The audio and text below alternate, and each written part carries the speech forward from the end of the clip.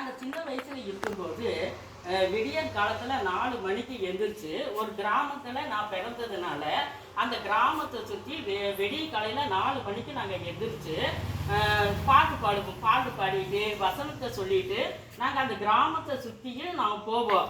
அப்போ அந்த கிராமத்தில் போகும் பொழுது அந்த வீட்டில் இருக்கிற ஜனங்களெல்லாம் எந்திரிச்சுக்குவாங்க. எந்திரிச்சு முட்டிங்கால் போட்டு ஏசப்பாவை ரொம்ப துதிப்பாங்க.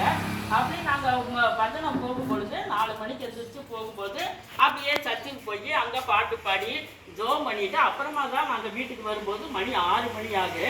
அப்போ நாங்கள் எந்த வசனம் சொன்னோம் அப்படின்னு சொன்னாக்க, தேவன் தம்முடைய ஒரே பேரான குமாரனை விசுவாசிக்கிறவன் எவனோ அவன் கெட்டு போகாமல் நித்திய ஜீவனை அடையும்படிக்கு அவனை தந்தருளி இவ்வளவாய் உலகத்தில் அன்பு கூர்ந்தார். இந்த வசனத்தை நாங்கள் சொல்லிட்டு போவோம்.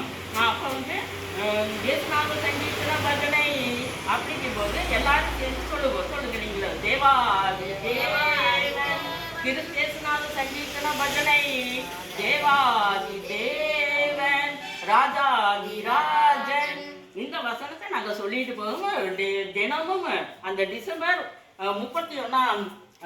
1ஆம் தேதியிலிருந்து ஜனவரி 31ஆம் தேதி வரையிலும் இந்த வசனத்தை நாங்கள் அந்த மாதம் முழுவதும் ஒரு மாதம் நம்ம சொல்லுவோம். ஏன்னா இயேசு பிறந்த அந்த தினத்தை குறித்து நாங்கள் அந்த மாதத்தில் தான் இயேசு பிறந்தாரு.